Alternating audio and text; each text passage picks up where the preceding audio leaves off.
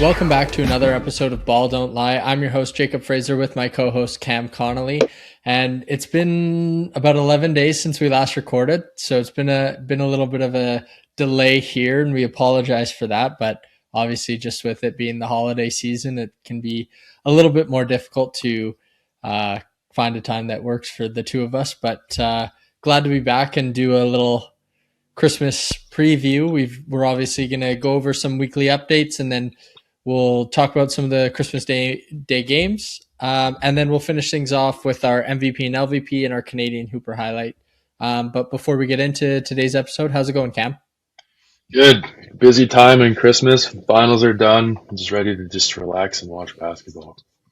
Yeah, for sure. Let's just get right into it here. So since we last recorded, I think it was the day before the NBA Cup semifinals, if I'm not mistaken, and we kind of penciled in OKC as the champs there, but they lose in the semifinals to the San Antonio Spurs and match up with the Knicks in the final, and the Knicks won the NBA Cup. What did you think of just that run to the NBA Cup for the New York Knicks?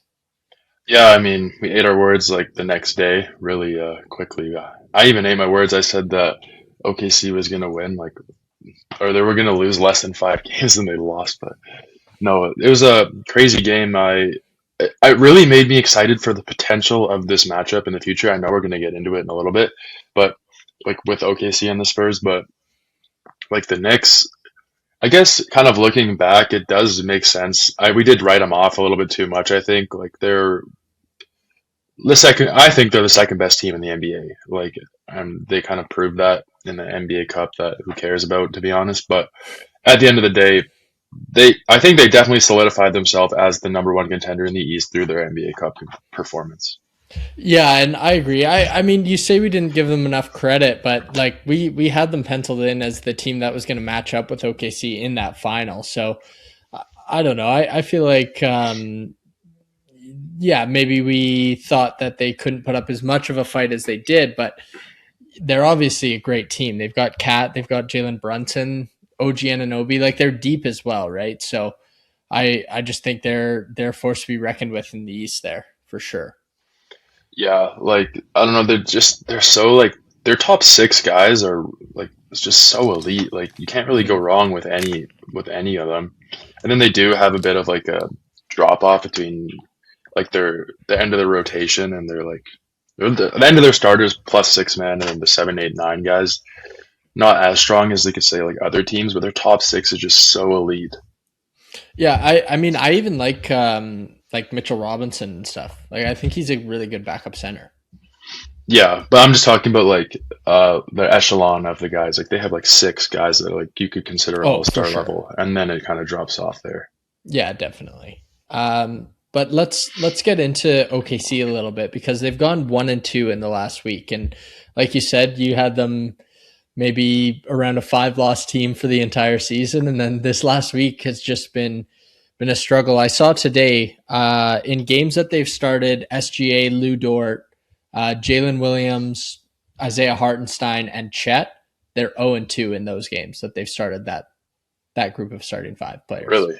Yeah. I did not know that. That's really interesting actually to consider, because I mean, you look at them, they can start literally anyone on that team. Like you could start, as long as you have Shea out there, you could start any collection of any of the other 4 guys. Mm-hmm. I mean, I didn't fact check that stat either, so it could have just been something I saw on Twitter and is completely fake, but I think it was from a fairly well-known Twitter account that's like actually real news. It wasn't Centel.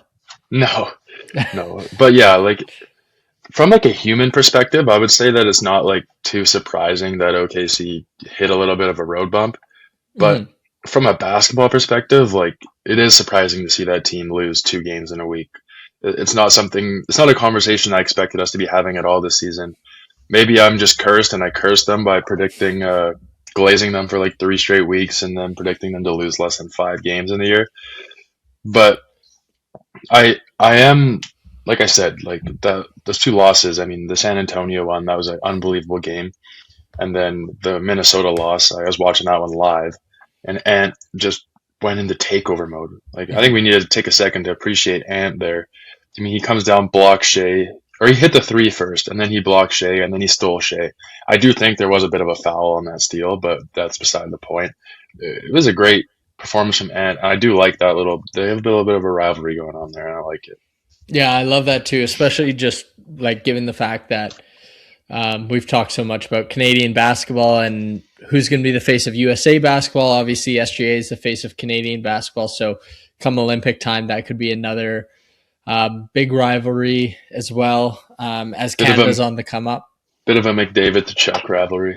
Yeah, exactly. I think, yeah, that's just a lot of fun. And I don't expect that we will be talking about many more OKC losses this season, but I mean, two of their next three games are also against the San Antonio Spurs. We'll get into the Christmas Day games in a bit here, but yeah, I think could they go another in their next three? Could they lose two straight to the Spurs? I don't know, but Yeah, well, there was that thing when they were, I think they were like 20-1 at this point, and they said that OKC has the hardest remaining schedule, which I thought was pretty interesting. Like the thing about OKC is they're just so nasty. Like it doesn't matter who they're playing, you're gonna expect them to win. But if they do have the hard schedule, and maybe it actually is going to affect the way that they play, maybe we're bold in saying that we're not going to be talking about too many more OKC losses. yeah, for sure. Let's get into the Toronto Raptors. They're another team that's been struggling lately. Obviously without RJ Barrett, but they're 3-7 in their last 10. And I mean, we talked about them being a potential contender to make the Eastern Conference Finals, and now they've fallen down to the sixth seed in the East, so still in a playoff spot, but they've definitely dug themselves a bit of a hole here. Yeah, like I mean, I have my bold take. I don't need to get into that, but there's the sense that I have in my heart that that win streak that the Raptors went on was actually bad for them because it made everyone think that they're maybe a step or two ahead of where they actually are. And I'm kind of experiencing that as a Canucks fan right now as they're going on a 4 game win streak and everyone knows that they're frauds. But the thing about the Raptors team is that everyone kind of thought it was a step forward. I thought it was a step forward. But now we're seeing the problems with the roster, and we're back to, okay, maybe they need Giannis, maybe they need Anthony Davis, maybe they need someone. Please, as a Raptors fan, do not trade for Anthony Davis. Go ahead and trade for Giannis. Now, at the same time, RJ Barrett has been out, and I've been saying all this time that RJ Barrett is extremely underrated and a huge part of that team. And now people are starting to realize it, which is nice. Yeah, and actually, I saw earlier today the Raptors are the favorites to land Lamelo Ball. I mean, we've talked about that in the past, but do you think that that's a realistic option for them, and would that actually elevate their team much? I mean, on a personal level, I would love that. You get a Hmm. Raptors LaMelo Ball jersey the second that that trade happens. But it would be interesting to see the fit between him and Brandon Ingram. They're not necessarily similar players, but I just don't know how well their games would come together. Yeah, Because Ingram is a huge like isolation heavy guy. Melo is like a kind of do it all guy, but I don't know how much he likes to play off the ball. Like his whole kind of career, he's had the ball in his hands, and he was even back at Chino Hills. He was the one that was starting all the plays. He was finding Lonzo, and then Lonzo was doing it. He was finding Liangelo, and he was firing the shots from the corner. So his whole kind of life, he's been the guy. You take the ball out of his hands, how well would he adjust? I'm sign me up to find out. I think that would be really exciting, but I don't know. I'm a little biased. I'd like to hear your take on this. yeah, I agree with you. I don't know how well I see him being a fit alongside Brandon Ingram. I think if it were the Raptors of last year, like the start of last season, where it was Scotty Barnes kind of running the show there, then yeah, I could see that being a good fit.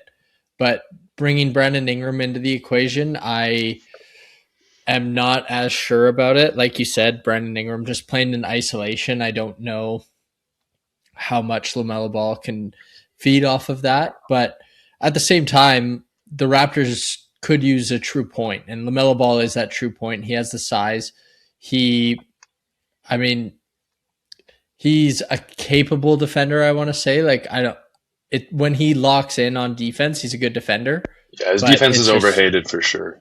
yeah, it's just like sometimes the effort isn't there, right? And Yeah, so That's what you need to see from him. If I feel like if he could really buy into the Raptors, and maybe a change of scenery is what he needs to buy into a franchise, maybe it could be a good fit. But yeah, like you said, I as long as you're not paying something insane for the Lamelo Ball, which I don't think you would be, why not give it a shot and get a look at it? Like you said, the Raptors have taken a step. They could be starting to creep into a contention window here soon. So why not take a shot on a former NBA All Star like Lamelo Ball?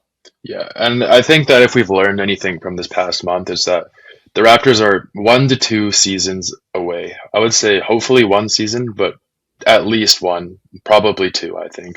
I Mm-hmm. think next year, I think this year they'll make the playoffs. I don't think they have any potential. They remind me kind of like a young Orlando Magic with Aaron Gordon on it, like the year like 2019 when the Raptors beat them. And then Orlando never built off that team. But Yeah, But I think that if you can keep building with this core, I think that there it really is something here with this Raptors team. But like I've been saying, this is probably like my fourth episode in a row saying it. I think they need one more piece, yeah, I agree with you. I don't. and that piece is not Anthony Davis. I've had conversations with different people about this too. Like, is Brandon Ingram enough to be the guy to win you a championship? I I don't know if he's enough to be the guy, but I think that a combination of because you could say that Brandon Ingram is probably the lowest of the 1B superstar tier. Hmm. Scotty Barnes is probably the highest of the 1B superstar tier. If you could pick Hmm. up one more 1B, I think that a combination of the three is definitely enough to win a championship. But on his Right. own, I don't think Brandon Ingram is. Yeah, I think that's fair. Yeah, I would agree with that. I think if you're gonna have a team like that, kind of centered around Bi, Scotty, and then say you bring in a Lamella Ball, like I think you need a lot of depth, which I do actually think the Raptors have a good amount of depth. Yeah. But I don't know. I guess just the positions that concern me is kind of the five. Like I'm not sold on Yak. I'm not sold on their depth at the five either. Well, there's the rumblings about Nick Richards too, and that to me was kind of random. Nick Richards doesn't really change my world. I don't know if he changes your world. No, not at He'd be a all. good depth piece depending on the price, but I don't know if it's worth pursuing to say. Yeah, I yeah, definitely would prefer Nick Richards if the price is right over Anthony Davis, though. I think Anthony Davis would be a terrible mistake. yeah. I would agree with that. And I see these posts and it makes me panic every time. Oh, Anthony Davis is one of the Raptors are one of the favorites to land Anthony Davis. Should the Raptors land Anthony Davis? No, they shouldn't. It would not end well. It never ends well. You'll sit on the bench every single game. Yeah, unless another COVID happens and they get to the bubble, then Yeah, they'll then you land. can trade Anthony Davis. Let's get into this Wemby versus Chet. Yeah, I mean, it's fun. Like it's one outside of Shea. I mean, I talked about this a little earlier. Outside of Shea and Ant, I think it's probably the most fun rivalry in the NBA right now. Hmm. Like Wemby has true hatred for Chet, and I always said I would be an OKC fan if Chet Holmgren wasn't on the Thunder. I just don't like him for no reason. I just don't like the way he looks. You might think that about me if you're watching. I don't care. I just don't like the way that Chet looks. I think he has a punchable face. I hate the way that he like is a culture vulture and puts on the black scent all the time and everything. And Wemby is an alien, and it's awesome. And he has just pure hatred in his heart. Chet is trying not to entertain it because I think Chet knows that Wemby is always going to be that much better than him. Hmm. But as long as Chet is hiding on this OKC team, this is going to be a crazy rivalry for years to come. And I am praying that we get to see it in the playoffs. Yeah, well, let's we'll see it on Christmas Day. Let's get into our Christmas Day game previews here. So it'll tip things off with the Cavs versus the Knicks. Then we've got the Spurs, Thunder, Mavs, Warriors, Lakers, Rockets, and then finishing off with the Timberwolves and the Denver Nuggets. Um, I mean, you'll get to see that Wemby versus Chet. You'll get to see. I mean, there's some fun matchups there. One thing that I will say, I think it's such a missed opportunity going Mavs versus Warriors and Lakers versus Rockets. You could have gone Mavs versus Lakers, get Luca and AD matched up, and then Rockets versus Warriors, KD playing against the Warriors. Yeah, that yeah. Sign this guy up to be the Christmas Day scheduler because he Yeah. obviously knows better. I just think it's weird. Like what I understand like the Mavs and the Warriors have had their history and so have the Lakers and the Rockets maybe, but just given the fact that last season the a top 3, top 5 player in the NBA was traded from the Dallas Mavericks to the Los Angeles Lakers, why wouldn't you want to see that matchup on Christmas Day? Oh, I definitely would. I think that, yeah, I do actually. Now that you like start saying it, I haven't thought about it myself, but that it definitely is a missed opportunity. Especially when you think about how the Warriors tried to trade for Kevin Durant. He tried to get Kevin Durant, and he just did not want to go. He even said it on Starting Fives, "Trade me anywhere but the Warriors. I don't care. Like I do not want to go back to the Warriors." Bit of a storyline there, and to see Luka go for like 60, because let's be honest, he would if it was Christmas Day Oh on yeah. the Mavs. He would go for like 60, and that would just be great TV. It would be, yeah, that definitely is a missed opportunity, and whoever made that scheduling needs to be fired. Yeah, hire me, like you said. But which of these games are you most excited for on Christmas Day? Oh, easily, like I was talking about, easily OKC versus the Spurs. I mean, that Chet Wemby, the Spurs just beat OKC in a game that OKC actually cared about because for some reason the NBA Cup. Well, they care about winning the NBA Cup for some reason because they lost in the finals last year, I guess. Like that one, I'm going to go out of my way to watch. Like I usually don't go out of my way to watch NBA regular season games if I have something else going on. But I don't care. My mom might not let me turn the TV on, but I'm going to turn it on anyway. I'm watching that game. There's nothing that can stop me from watching that game. What about you? Yeah, I mean I obviously the Spurs and the Thunder is the most exciting one to me as well, but I think I'm just excited to see that first game, the Cavs versus the Knicks. I think that'll be a fun one. Get to see Evan Mobley matched up with Cat, Jalen Brunson, and Donovan Mitchell, Darius Garland. Like there's a lot of star power in that matchup there. So yeah, I'm excited for that one and just getting to see the like I mean getting to see the top 2 teams in the East matchup. I think that's kind of what we're seeing here with these first 2 games is Cavs versus the Knicks and Spurs versus Thunder. I think this is legitimately could be a conference final previews for the East and the West. And I think that's super exciting and I'm looking forward to watching both of those games, assuming that, like you said, the family will be okay with me throwing them on the TV. But Yeah, no, that's the one. That's the one gripe I have with these Christmas Day games. Well, not gripe, but one of them's a gripe. Why are you guys having games on Christmas? I know it's like tradition, but like, come on. Like, I want to spend time with my family, and you put the best games you possibly can on Christmas. Man, let me enjoy my Christmas dinner. Let me enjoy my family. Instead, you're making me feel like I'm having FOMO the whole time because I don't get to watch this game. My mom doesn't let me. But the other thing that I always have thought about, and I don't know, it's just random to bring up on a podcast, but if you got offered 2 free tickets to go to an NBA game, but it was on Christmas Day, would you go? oh, that's actually a good question. Um, I mean, the thing is, like, I don't live in a city I that know, has but an NBA team. exactly. But let's say hypothetically you lived in San Antonio, you're a diehard Spurs fan, and they're playing on Christmas Day. I don't even know if they're home this year, but just hypothetically. You got offered 2 free tickets. They're like, And my just whole family's there too, as well. no, you got 2 free tickets. No. But like my family's in the city. Oh yeah, no, you live in San Antonio. Like your whole family's Okay. there and everything. You Yeah, got I think offered I'd two free go. tickets, you'd go, but they're not good seats. They're just like upper bowl, like normal seats. I think I'd go. What? It's a 2.5 hour commitment. Can't take 2.5 hours out of your day. Why not? Fair enough. I think My any other day I think I'd go, but I don't know if I could go on Christmas. my family goes to like the movies sometimes for Oh Christmas. really? Yeah. No, my family always stays home. Always go brunch, dinner, all that stuff. Go to Vancouver to see my uncle, but never. I don't think I could do it. I just think that it would just feel so wrong to go like to a sporting event on Christmas. I don't know.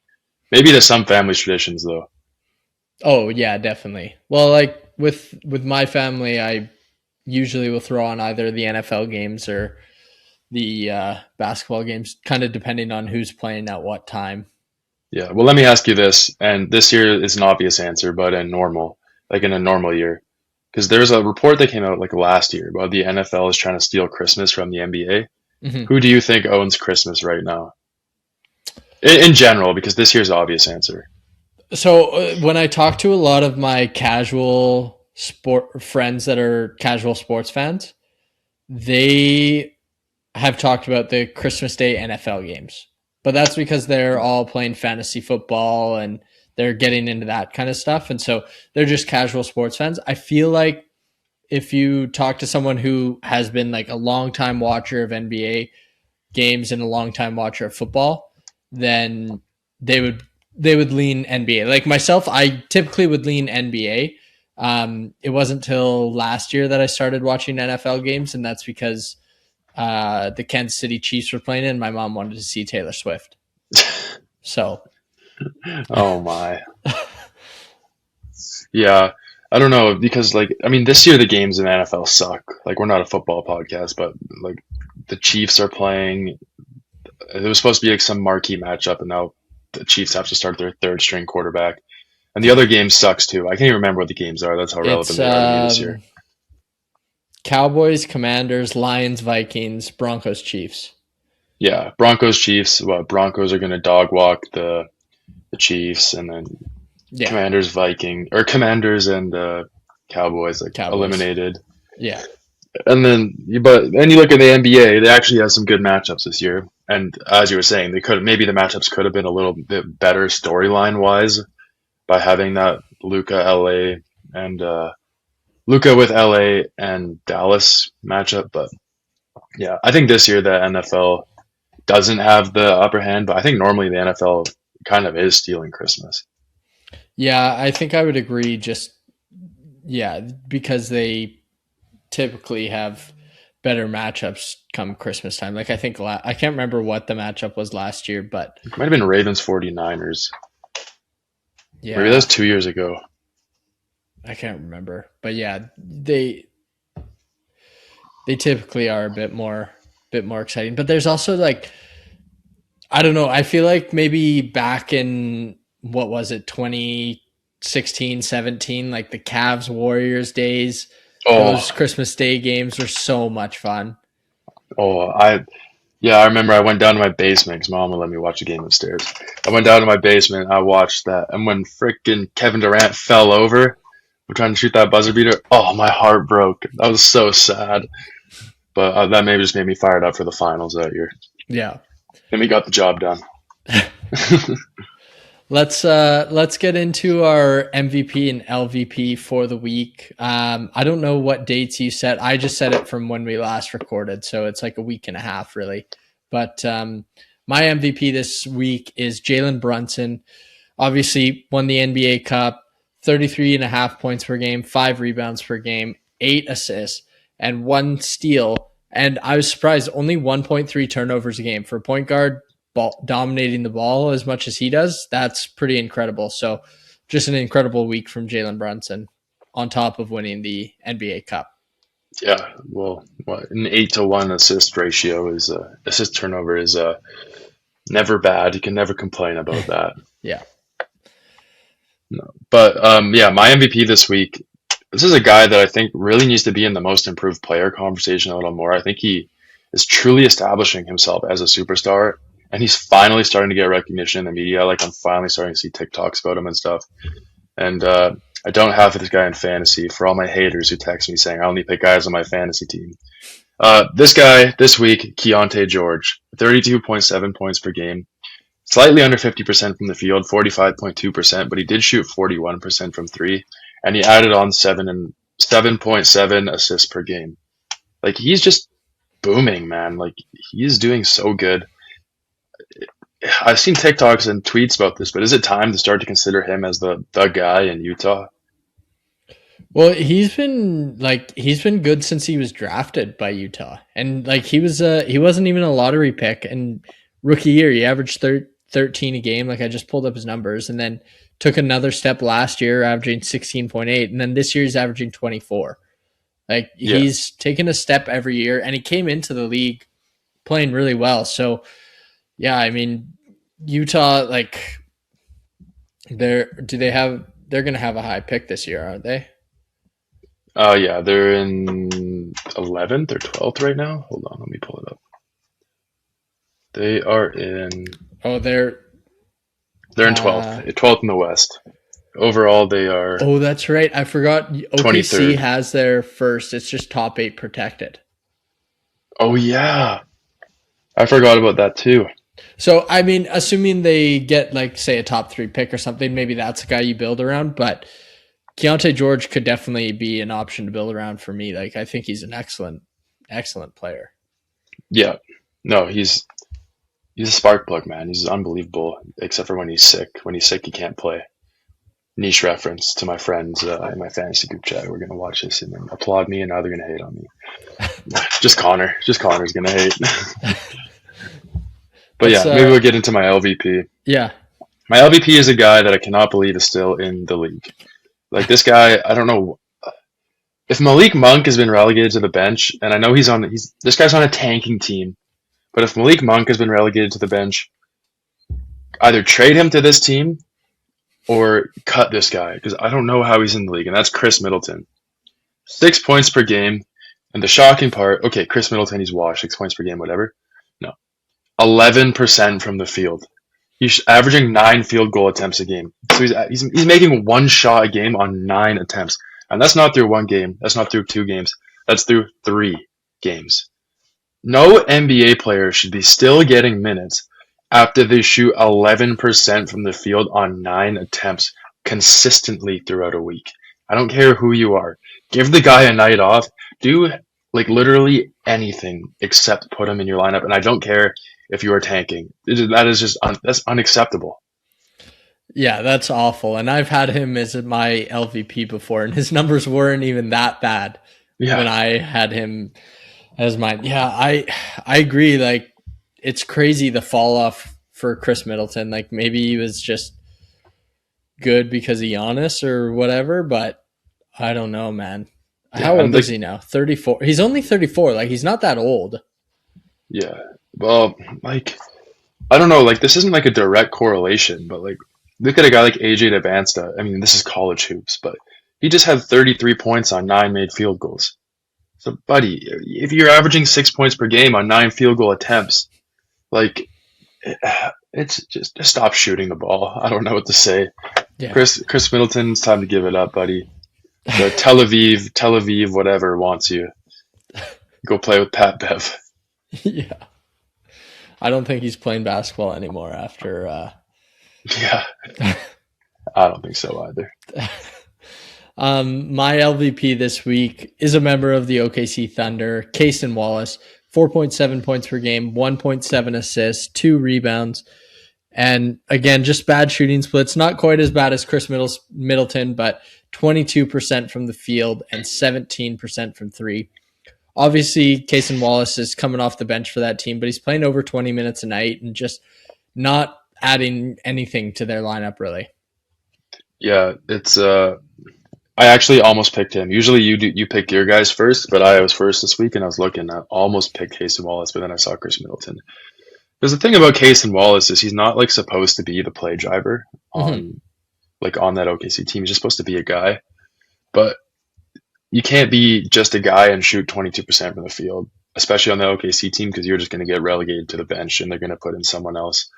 Like 22% from the field, 17% from 3. You gotta know that you're not hitting, and you gotta look for something else and create something else. Because I mean, he even got gamed on and hit that game winner on, well, not game winner, but he hit the dagger, that big 3 over Cason Wallace. So just a rough week from that guy. Yeah, and he's shooting 4 threes a game, shooting 6 shots a game.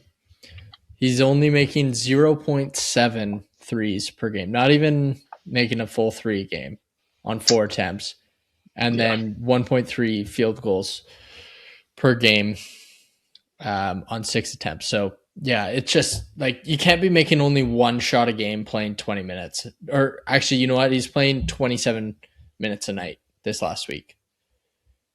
Like, you're playing over half the game, you can't be making 1 shot. And then unless you're adding like 5 assists or a bunch of steals or something, but he's just not really adding anything. Like I said, like, he's not really a menace defensively. He's not really doing much. Yeah, and the thing is, if you win, everything is all fine and dandy. Like, we can turn a blind eye to it. But they lost 2 games this week. They lost them by about 3 points each, and who's not hitting their threes right now? Mm-hmm. Yeah, for sure. Let's get into our Canadian Hooper highlight. We've got Shaden Sharp once again this week. Just I thought he played great. 28 points per game, 3.7 rebounds, 4 assists, and then the shooting splits are just unbelievable. 56% from the field and 65% from three. Yeah, just incredible from him. And like those shooting splits, like you might look at those and think, oh, he's probably taken like 3 threes a game or something like that. He was shooting over almost 6 threes per game and shot 65%, taking almost 20 shots per game and shooting 55 or 56%. Like that's pretty incredible. Wow, I did not know that. I did not know he was shooting that high of a clip, like from three. Like Mm-hmm. 65% from three. That is crazy. Wow. Yeah, But and the Trailblazers are 3-0 in that time as well. yeah, like Shaden Sharp, Denny Avdia, Hanson Yang is the future. Like I really think that Hanson Yang can become a Jokic type player if you give him 2 or 3 years. Mm-hmm. Keep Shaden Sharp around, he'll be entering like he'll still be in his prime. Denny Avdia will still be in his prime. There's something there, I think. Scoot Henderson, you hope he can turn it around. Yeah. I don't know. I remember when there was a time, should we pick Scoot Henderson or Victor Wembanyama? Like I don't know. Like if Scoot Henderson could turn out to be 65% of what he was supposed to be, 70%. Like there might actually be something there. Dame's going to be there next year. I mean, what will Dame be next year? Who knows? Well, they've got Donovan Clingan as well. Right, Klingon. I knew I was forgetting someone. Jeremy Grant. Like, is Portland a team you don't want to see in the playoffs? I think this year, like maybe you're more okay with it, but yeah, I think for the future, like they're definitely a team. Like they're a young team, as you said. Donovan Clingan, Hanson Yang, and Robert Williams. We forgot at center, and then I mean your The Time forwards: Lord. Avdia, Kamara, Chris Murray is solid, like solid shooter. Like yeah, they could be dangerous pretty soon. Successful rebuild in the NBA without trading for a superstar. It's Yeah, just unheard of. yeah, seriously. Like And I it, mean, are they? No, they're not in a playoff spot right now. Their pick is top 14 protected, so they'll likely have their first round pick this year. yeah, Um, unless they squeak in. yeah. Because the other thing you have to consider is that, like, for the play-in, I think this matters a little more. Is they're just young and they're hungry and they'll want to be there. Whereas some Mhm. of the more veteran teams, like, let's be honest, does James Harden want to play in the play-in? Probably not. You think James Harden cares if losing the play-in? Probably not. Like there'll be a bunch of teams like that. Like that Phoenix Suns team, they're a bit of a wild card, you could say, because they trade a lot of their vets, but they also have like kind of vets. They always have Dylan Brooks, but I don't know that the Warriors team, will they want to be in the play-in? Probably not. Steph Curry's a legend, but will they be as hungry as Portland? Probably not. Memphis, uh, I would want to see Memphis in the playoffs or the play-in if I was a Mhm. team. And you just go down the list. Like I like Portland in a one-off in pretty much any game that they could against any team that they could play in the play-in. I would say. Oh, for sure. And I mean, they're one of the only teams that has beaten OKC this year, right? Like Yeah, they gave them their first loss of the year. They're definitely not a team that you can sleep on. no, definitely not. Yeah, Shaden Sharp is only 22 years old, Oh yeah. which is I think we might talk about this already, but it's just crazy. He is shooting 65% from three in the NBA at the age of 22 on a high clip. I mean, again, that was just for the 1 week, but Well, still like no, that's three yeah, games. yeah, definitely. What I'll look up, but I don't know what his shooting splits are for the actual I just had him full up. season. His shooting splits this year. He's shooting 46% from the field, 33% from three. Yeah, which is 50, solid. 56% true shooting, Okay, which is not bad. no, not at all. Yeah, He could be a future star. And this is like a fourth year in the league or something, third year in the league. So yeah, this is year 4 for him. I don't And know. he's Maybe another this, guy that's taken a step every year. yeah, maybe this clip will age well. Maybe there's something building in Portland. Yeah. Then Finally have a we clip age well. yeah, we called it. No, now we just cursed them. Yeah. Shaden Sharp out of the league in 2 years. Yeah. Oh boy. All right. Well, is there anything else you wanted to get to? Oh yeah, I just want all the viewers to know that I eliminated you from fantasy playoffs and fantasy football. After he changed his Did name to you? say that he's my dad. Hey, no, that was in the other league that I changed my name. I didn't change it in that league. But guess what? Guess who eliminated you? Me. Guess who's in the finals? Me. So yeah, just for everyone to know that. Guess who handles all the funds? Me. You're not getting your winnings. Well, that's good. But yeah, I guess we can just wrap things up there. Yeah. I'll be sure to edit that part out though. Just so you know. But yeah, we can end things up there. So happy holidays to everyone. Thank you for listening. We didn't talk about when we'd be back with another episode, but sometime after the holiday break here, we'll get back on the mic and bring out another episode here. But be sure to check out some of our other shows in the slot, Film Grinders, the Bench and the Bleachers. Follow us on our socials, and thank you for listening to Ball Don't Lie.